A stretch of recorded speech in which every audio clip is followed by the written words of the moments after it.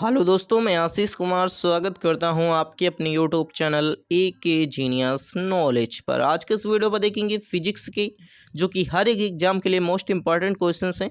यहां पर हम 20 मोस्ट इंपॉर्टेंट क्वेश्चंस को कवर करने वाले हैं। सेट नंबर जो कि हमारे पास 1 है। तो यहां पर जो कि फिजिक्स के क्वेश्चंस की जो कि सीरीज चलेगी, जिसमें आपको लगभग 300 या 200 के सेट आपको बताए जाएंगे। तो आइए हम लोग शुरू करते हैं। तो आइए देखते हैं क्वेश्चन नंबर 1। वास्तविक वस्तु का आभासी प्रतिबिंब बनता है। तो वास्तविक वस्तु का आभासी प्रतिबिंब कहाँ पर बनता है? तो इसका जो राइट आंसर हो जाएगा ऑप्शन बी हो जाएगा। समतल दर्पण से जो कि वास्तविक वस्तु का आभासी प्रतिबिंब कहाँ पर बनता है? तो समतल दर्पण से जो कि वास्तविक वस्तु का आभासी प्रतिबिंब समतल दर्पण पर बनता है। इसी के साथ हम आइए बात कर लेते हैं 2 नंबर का क्वेश्चन। तो आइए देखते हैं वास्तविक वस्तु का हमेशा सीधा प्रतिबिंब बनाने वाला दर्पण होता है। तो वास्तविक वस्तु का हमेशा सीधा प्रतिबिंब बनाने वाला दर्पण कौन सा होता है? इसका जो राइट आंसर हो जाएगा ऑप्शन डी हो जाएगा। समतल और जो हमारे पास उत्तल दर्पण होता है वो वास्तविक वस्तु का हमेशा सीधा प्रतिबिंब बनाने वाला दर्पण होता है। अर्थात मिरर जो होते हैं हमारे समतल और इसी के साथ उत्तल होते हैं। इसी के साथ हम आइए बात कर लेते हैं 3 नंबर का क्वेश्चन। वास्तविक वस्तु की प्रकृति कैसी होती है? तो वास्तविक वस्तु है उसकी जो प्रकृति होती है वो कैसी होती है? तो वास्तविक वस्तु की जो कि प्रकृति होती है वो हमेशा उल्टी होती है। ऑप्शन ए इसका राइट आंसर हो जाएगा। वास्तविक वस्तु की प्रकृति हमेशा उल्टी होती है। ऑप्शन ए इसका राइट आंसर हो जाएगा। इसी के साथ हम आइए बात कर लेते हैं। तो यहाँ पर हम बात कर लेते हैं 4 नंबर का क्वेश्चन। वस्तु से छोटा प्रतिबिंब कहाँ पर बनता है? तो वस्तु से छोटा प्रतिबिंब कहाँ पर बनता है? तो वस्तु से छोटा प्रतिबिंब जो कि हमारे पास उत्तल दर्पण और अवतल दर्पण दोनों में बनता है। वस्तु से छोटा प्रतिबिंब जो कि उत्तल दर्पण और अवतल दर्पण दोनों में बनता है। यहाँ पर हमारे पास 6 जो बनते हैं वो अवतल दर्पण पर, इसी के साथ एक उत्तल दर्पण पर बनता है। इसी के साथ हम आइए बात कर लेते हैं। तो अगला क्वेश्चन मेरे पास है 5 नंबर का क्वेश्चन। प्रकाश के परावर्तन के नियमानुसार प्रकाश के परावर्तन के 2 नियम होते हैं जो कि हमारे पास यहाँ पर आइए देखते हैं। तो इसका जो राइट आंसर हो जाएगा ऑप्शन बी हो जाएगा। आपतन कोण जो होता है वो परावर्तन कोण के हमेशा बराबर होता है। आपतन कोण जो होता है वो परावर्तन कोण के हमेशा बराबर होता है। इसी के साथ जो हमारी पास आई होती है वो आर के बराबर होती है। आई जो होती है वो हमारे पास आर के बराबर होती है। इसी के साथ जो इनका जो हमारे पास कोण होता है वो भी इनका जो होता है वो बराबर होता है। तो कोण के बारे में बता दिया गया। इसी के साथ जो किरण होती है, जैसे हमारे पास ये एक दर्पण है जिसमें जो हमारे पास ये टकराई तो यहाँ पर ये आई, तो यहाँ पर जो हमारे पास ये है यहाँ पर ये जो होता है ये कोण इस कोण के बराबर होता है। इसी के साथ ये जब टकराती है तो उतना ही इधर वापस जाती है। मतलब ये जो होती है वो हमारे पास उसी दिशा में वापस हमेशा चली जाती है। इसी के साथ हम आइए बात कर लेते हैं अगला क्वेश्चन। तो अगला क्वेश्चन हमारे पास है 6 नंबर का क्वेश्चन। समतल दर्पण द्वारा बना प्रतिबिंब सदा होता है। तो समतल दर्पण द्वारा बना प्रतिबिंब सदा कैसा होता है? तो समतल दर्पण द्वारा बना प्रतिबिंब जो कि हमारे पास सीधा और आभासी होता है। समतल दर्पण द्वारा बना प्रतिबिंब सीधा और आभासी होता है। समतल दर्पण कुछ ऐसा दर्पण होता है समतल होता है, मतलब उसमें जो होता है वो उत्तल अवतल लेंस की तरह काम नहीं करता, उत्तल अवतल दर्पण की तरह काम नहीं करता है। यहाँ पर जो होता है हमारा सीधा और आभासी होता है। जैसे यहाँ पर कोई व्यक्ति खड़ा है तो उसका दर्पण जो जितनी दूरी पर खड़ा है उतनी ही दूरी पर उसका जो कि हमारे पास बनेगा।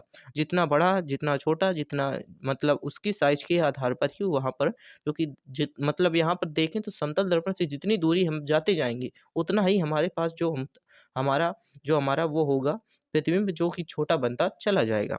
इसी के साथ हम आइए बात कर लेते हैं 7 नंबर का क्वेश्चन। आँख में प्रवेश करने वाले प्रकाश को नियंत्रित करता है। तो आँख में प्रवेश करने वाले प्रकाश को कौन कौन नियंत्रित करता है? तो ऑप्शन इसका राइट आंसर हो जाएगा परितारिका जो कि आँख में प्रवेश करने वाले प्रकाश को नियंत्रित करती है। कौन करती है? परितारिका करती है।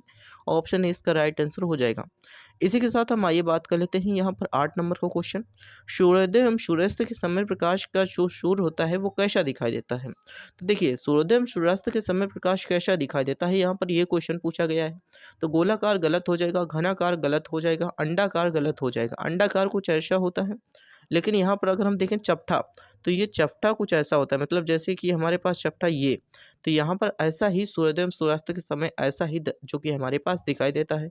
तो इसका जो राइट आंसर हो जाएगा ऑप्शन डी हो जाएगा, अर्थात चपटा दिखाई देता है। ऑप्शन डी इसका राइट आंसर हो जाएगा।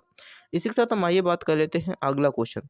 तो अगला क्वेश्चन मेरे पास है 9 नंबर का क्वेश्चन। यदि दर्पण में बना प्रतिबिंब हमेशा सीधा आकार में वस्तु के बराबर है तो वह कैसा दर्पण होगा? तो इसका जो राइट आंसर हो जाएगा समतल दर्पण होगा। ऑप्शन सी इसका राइट आंसर हो जाएगा। अगर कोई प्रतिबिंब है हमेशा सीधा आकार में वस्तु के बराबर बनता है तो वो हमेशा एक समतल दर्पण होता है। इसी के साथ हम आइए बात कर लेते हैं। तो यहाँ पर हम 10 नंबर का क्वेश्चन देखते हैं। तो समतल दर्पण के द्वारा बना प्रतिबिंब कैसा होता है? तो समतल दर्पण द्वारा बना प्रतिबिंब काल्पनिक होता है, अर्थात हमारे पास इमेजिनरी जो कि हमारे पास होता है वो समतल दर्पण पर बना प्रतिबिंब हमेशा इमेजिनरी होता है, अर्थात काल्पनिक होता है। इसी के साथ हम आइए बात कर लेते हैं 11 नंबर का क्वेश्चन। तो निम्न में से कौन सा दर्पण लेंस के लिए प्रयुक्त नहीं किया जा सकता? देखिए यहाँ पर बात की गई है कि लेंस के लिए कौन सा पदार्थ जो होता है वो प्रयोग नहीं किया जा सकता है। तो यहाँ पर 4 ऑप्शन दिए गए हैं, तो 4 ऑप्शन में एक ऑप्शन आपका जो होगा वो गलत होगा। तो इसका जो राइट आंसर हो जाएगा हमारा ऑप्शन बी। मिट्टी जो होती है वो लेंस के लिए प्रयुक्त नहीं की जा सकती। जल, प्लास्टिक और हमारे पास कांच होते हैं, ये तीनों चीज़ें जो कि लेंस के लिए प्रयुक्त किए जा सकते हैं, बट जो मिट्टी होती है अर्थात हमारे पास मिट्टी जो होती है वो लेंस के लिए प्रयुक्त नहीं की जा सकती। इसी के साथ हम आइए बात कर लेते हैं यहाँ पर हम 12 नंबर का क्वेश्चन। तो उत्तल लेंस की क्षमता कैसी होती है? तो उत्तल लेंस की जो क्षमता होती है वो घनात्मक होती है। ऑप्शन 20 का राइट आंसर हो जाएगा। उत्तल लेंस की क्षमता कैसी होती है? तो घनात्मक होती है।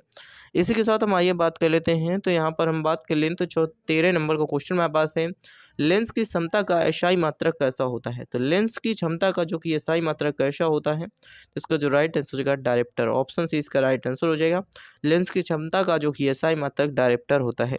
इसी के साथ आइए बात कर लेते हैं, तो यहाँ पर 14 नंबर का क्वेश्चन हमारे पास है, पानी से भरी बाल्टी की गहराई कब दिखती है? इसका क्या कारण है? तो पानी से भरी बाल्टी की गहराई किस वजह से दिखती है? इसका क्या कारण है? तो अपवर्तन की वजह से जो कि पानी से भरी बाल्टी की गहराई दिखती है, जो कि अपवर्तन के कारण दिखती है। तो ऑप्शन बी इसका राइट आंसर हो जाएगा। अपवर्तन के कारण पानी से भरी बाल्टी की गहराई कम दिखती है। इसी के साथ हम आइए बात कर लेते हैं, तो यहाँ पर 15 नंबर का क्वेश्चन हमारे पास है, जो कि 15 नंबर का क्वेश्चन हमारे पास है, पानी में डाली हुई कोई छड़ी है वो टेढ़ी दिखती है, इसका क्या कारण होता है? तो पानी में डाली हुई छड़ी अगर हमें टेढ़ी दिख रही है, अगर हम देखें तो यहाँ पर पानी है, इसी के साथ यहाँ पर एक छड़ी पड़ी है जो कि टेढ़ी दिखाई देती है, तो इसका क्या कारण होता है? तो अपवर्तन की वजह से। ऑप्शन बी इसका राइट आंसर हो जाएगा। अपवर्तन की वजह से जो कि पानी की छड़ी जो होती है हमें टेढ़ी दिखाई देती है, अपवर्तन की वजह से दिखाई देती है। इसी के साथ हम आइए बात कर लेते हैं अगला क्वेश्चन। तो अगला क्वेश्चन हमारे पास है 16 नंबर का क्वेश्चन। तो आइए देखते हैं, दर्पण की चौड़ाई को दर्पण का कहा जा सकता है? तो दर्पण की चौड़ाई को दर्पण का क्या कहा जा सकता है? तो दौरक कहा जा सकता है, अर्थात हमारे पास दर्पण का जो दौरक होता है उसी चौड़ाई को हम दर्पण का दौरक कहते हैं। ऑप्शन सी इसका राइट आंसर हो जाएगा। इसी के साथ हम आइए बात कर लेते हैं अगला क्वेश्चन। तो अगला क्वेश्चन हमारे पास है 17 नंबर का क्वेश्चन। तो आइए देखते हैं, सोलर कूलर का प्रयोग किए जाते हैं। तो सोलर कूलर में प्रयोग क्या किए जाते हैं? तो सोलर कूलर में जो कि अवतल दर्पण जो कि सोलर कूलर में जो कि अवतल दर्पण प्रयोग किए जाते हैं, तो ऑप्शन इसका राइट आंसर हो जाएगा। इसी के साथ आइए बात कर लेते हैं, तो 18 नंबर का क्वेश्चन हमारे पास है, रोगियों की नाक, कान, गले आदि की जांच के लिए जो कि डॉक्टर का प्रयोग करते हैं, तो डॉक्टर किस दर्पण का प्रयोग करते हैं रोगियों की जांच के लिए? तो ऑप्शन सी अवतल दर्पण का प्रयोग जो कि रोगियों की नाक, कान, गले आदि की जांच के लिए डॉक्टर प्रयोग करते हैं। इसी के साथ हम आइए बात कर लेते हैं 19 नंबर का क्वेश्चन। तो हीरा का अपवर्तनांक क्या है? तो हीरा जो है उसका अपवर्तनांक क्या होता है? तो इसका जो राइट आंसर हो जाएगा 2.42, अर्थात ऑप्शन डी इसका राइट आंसर हो जाएगा। हीरा का अपवर्तनांक कितना होता है? तो 2.42 जो कि हीरा का अपवर्तनांक होता है। इसी के साथ हम आइए बात कर लेते हैं 20 नंबर का क्वेश्चन। मोटर गाड़ी की जो कि चालक के सामने लगा क्या रहता है? तो मोटर गाड़ी के चालक के सामने जो कि उत्तल उत्तल दर्पण जो कि मोटर गाड़ी के चालक के सामने जो कि लगा रहता है। इसी के साथ अगर आप चैनल पर नए हैं तो चैनल को सब्सक्राइब करें, अपने दोस्तों के साथ शेयर कर दीजिएगा, क्योंकि इस चैनल के माध्यम से आपको हर दिन एक करंट अफेयर का वीडियो और साथ ही साथ यहाँ पर आपको हर एक एग्जाम के मोस्ट इंपॉर्टेंट क्वेश्चंस को भी कवर कराया जाता है। तो इसी के साथ अगर चैनल पर नए हैं तो चैनल को सब्सक्राइब जरूर कर दीजिएगा और वीडियो को लाइक करके जरूर जाइएगा। Thanks for watching this video.